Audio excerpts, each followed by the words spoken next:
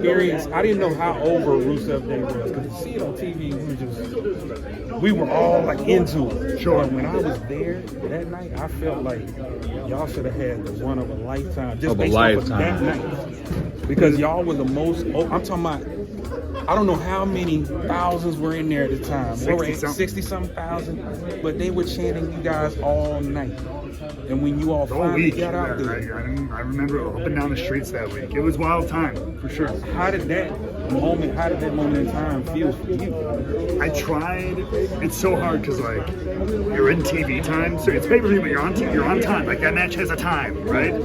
They want you to hit your times and everything like that. But like I had to take my I got to do that the entrance with Rusev and everything, and I had to take that one. There was a moment where I'm like, I'm gonna sit here an extra 10 seconds. I know they're probably gonna yell at me like, go to the ring, go, or whatever. No, but I had to. I'm like, bro, and like to have anything you've come up with or created or been a part of that you get that many people instantaneously. They know exactly what you're doing. Yes. Like it's that feeling of, I get goosebumps now thinking about it. It was one of the highlights. You can forget about your RKOs. Will it be glorious? Psh, oh no, Mahal will fall on the grandest stage of them all. And there's gonna be a new US champ today because, ladies and gentlemen, today Wrestlemania is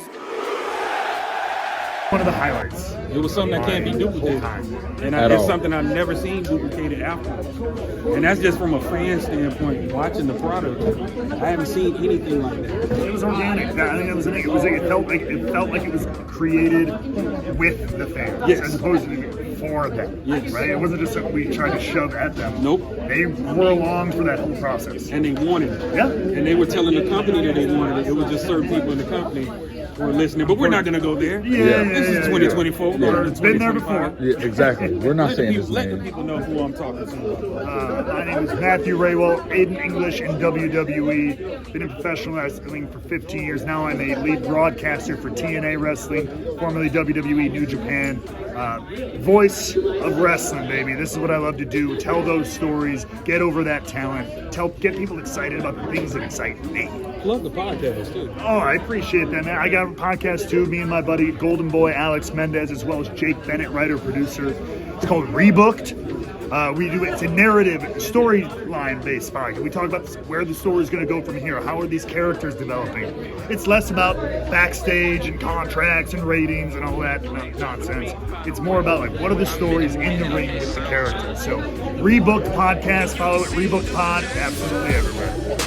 Y'all make sure y'all stay tuned for everything he got going on. This is Mr. Cooper, Signature Series Network, the most prestigious network in the land. We'll be back.